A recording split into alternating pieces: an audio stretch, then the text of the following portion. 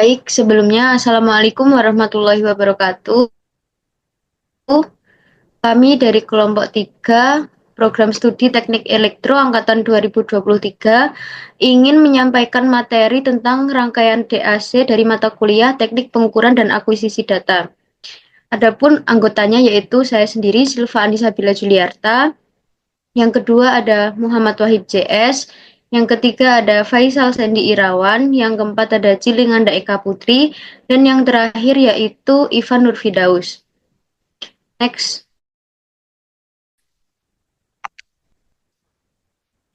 Nah, jadi untuk pengertian DAC sendiri yaitu DAC atau Digital to Analog Converter adalah rangkaian yang mengubah sinyal digital atau biner menjadi sinyal analog atau tegangan atau arus kontinu. DAC digunakan dalam berbagai aplikasi seperti audio, kontrol motor, dan komunikasi. Next.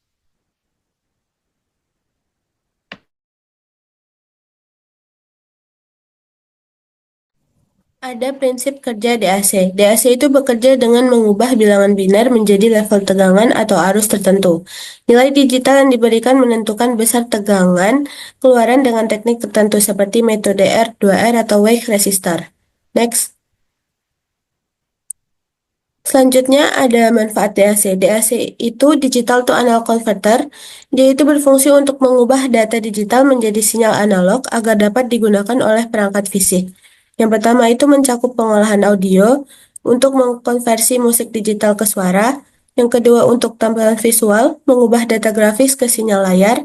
Yang ketiga ada kontrol motor untuk mengatur kecepatan dan posisi.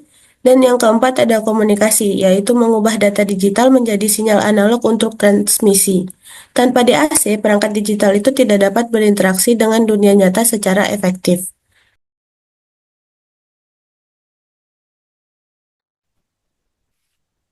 Selanjutnya yaitu keuntungan dan kelemahan. Yang pertama yaitu keuntungan, mampu menghasilkan sinyal analog dari sistem digital dengan akurasi tinggi. Banyak digunakan dalam berbagai aplikasi elektronik. Yang kedua yaitu kelemahan, resolusi terbatas oleh jumlah bit input digital, kualitas output bergantung pada jenis DAC yang digunakan. Next. Aplikasi DAC. Yang pertama yaitu audio system. DAC mengubah data digital dari file audio menjadi sinyal analog yang bisa didengar melalui speaker. Yang kedua yaitu display. DAC mengubah data digital dari kartu grafis menjadi sinyal analog yang bisa ditampilkan di layar. Yang ketiga yaitu sistem kontrol industri. Digunakan dalam sistem otomasi untuk mengontrol aktuator berbasis sinyal analog. Yang keempat yaitu komunikasi. Digunakan dalam sistem komunikasi untuk mengubah sinyal digital menjadi analog sebelum ditransmisikan.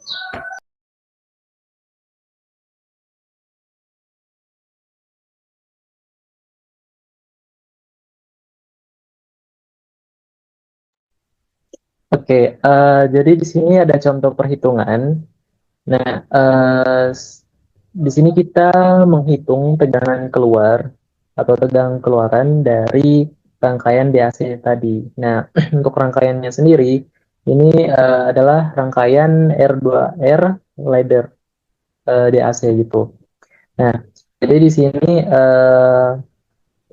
untuk bilangan binernya itu sama dengan jumlah switch-nya gitu. Jadi bilangan biner di sini adalah jumlah bitnya itu sebesar 16 bit maksimum dengan desimalnya itu sebesar dengan desimalnya untuk bilangan biner 16 itu 65535. Terus lanjut untuk resistor ini konfigurasinya itu R2R ladder dengan nilai 10 kilo ohm dan 20 kilo ohm.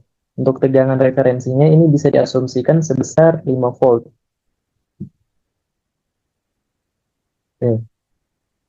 Lanjut di sini ada rumus uh, rumus DAC R2R ladder yang mana V out ini tegangan keluaran analognya itu sama dengan minus tegangan referensi itu dikalikan dengan bilangan biner yang sudah dikonversi ke desimal.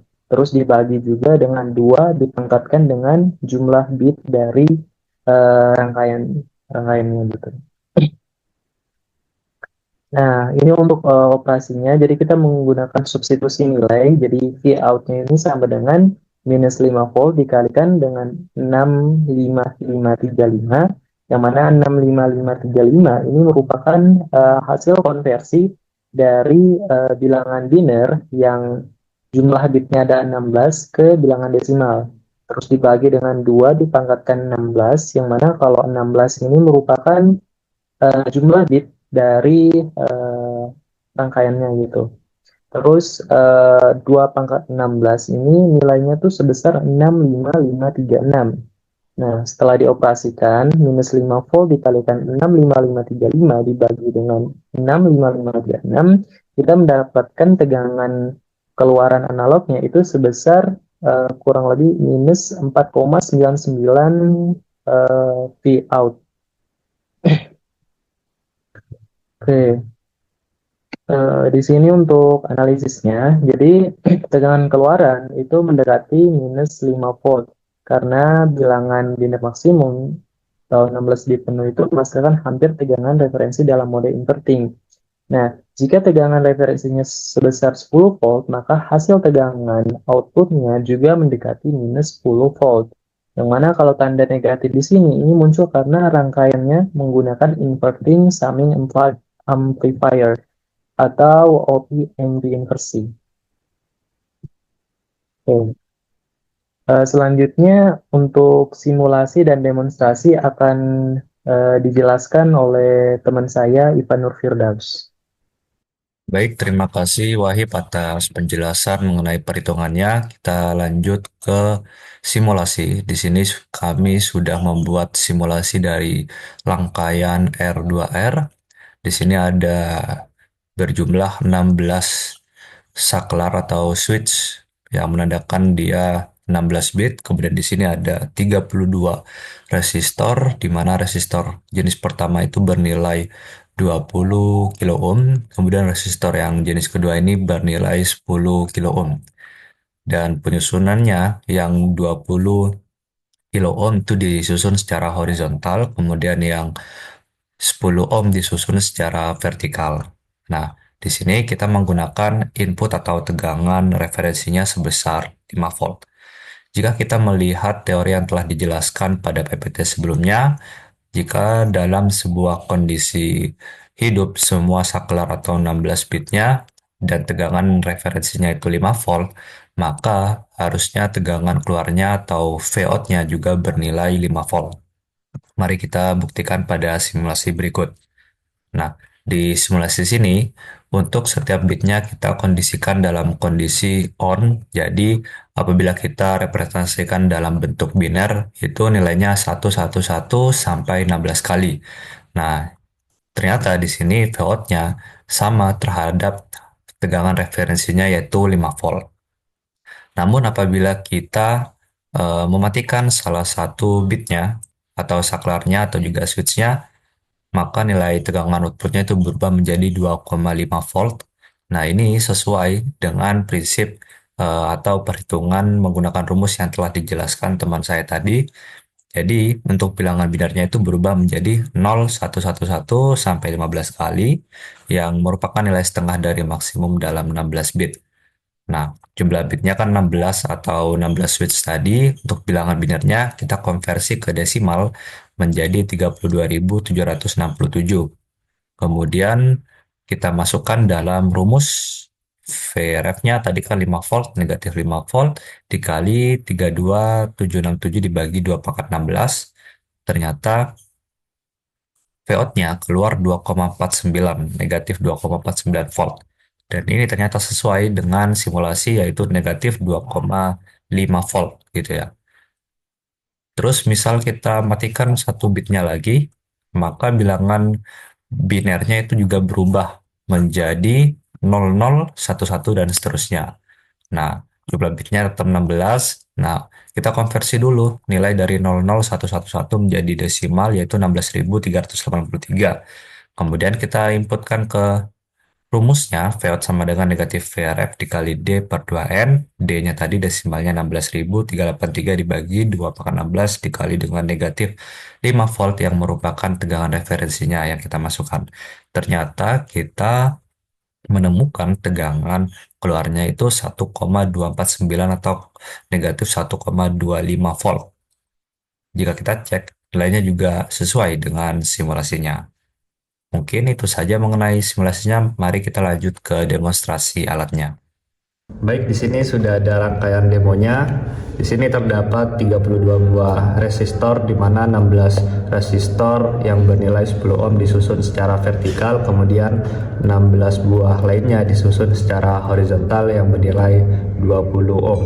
Kemudian di sini kita membuat rangkaiannya menggunakan kabel jumper disesuaikan dengan simulasi yang telah kita bahas sebelumnya. Di sini untuk tegangannya kita menggunakan tegangan sebesar 5 volt dan didapati di V out-nya atau multimeternya di sini sekitar 3,2 volt. Nah, jadi untuk penyesuaian dengan simulasi kurang lebih hampir sama, namun di sini juga tidak selalu presisi dengan simulasinya. Kemudian di sini juga kami beri IC OPAMP sebagai penguat tegangan gitu. Kali ini saya akan menjelaskan mengapa tadi nilai V output pada demonstrasi alat berbeda dengan nilai V output pada simulasi. Pertama, hal tersebut bisa terjadi karena ada perbedaan nilai dan toleransi resistor.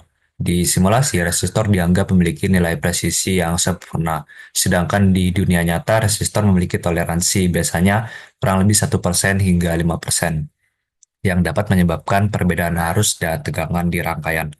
Nah, solusinya biasanya kita menggunakan resistor dengan toleransi yang kecil, misalnya 0,1% atau 1% untuk meningkatkan akurasi. Kemudian yang kedua, biasanya ada noise dan interferensi di dunia nyata. Di simulasi tidak ada noise atau interferensi eksternal yang bisa kita lihat. Sedangkan di demo, sumber tegangan, lingkungan sekitar, dan peralatan lain bisa menimbulkan gangguan elektromagnetik atau EMI atau ripple tegangan. Biasanya solusi yang ditawarkan itu menggunakan kapasitor bypass pada sumber daya dan tata letak PCB yang baik untuk mengurangi noise. Kemudian yang terakhir, OPAMP tidak ideal. Di simulasi, OPAMP dianggap ideal tanpa offset voltage, bias current, atau keterbatasan slate rate. Kita menggunakan OPAMP yang bersifat general. Sedangkan di dunia nyata, OPAMP memiliki offset voltage, input bias current, dan slew rate yang bisa mempengaruhi tegangan keluaran. Nah, solusinya biasanya kita menggunakan OPAMP presisi dengan offset voltage yang rendah dan pertimbangkan faktor karakteristik OPAMP yang digunakan. Baik, terima kasih. Berikut mengenai presentasi kami mengenai rangkaian DAC, kurang lebihnya mohon maaf. Assalamualaikum warahmatullahi wabarakatuh.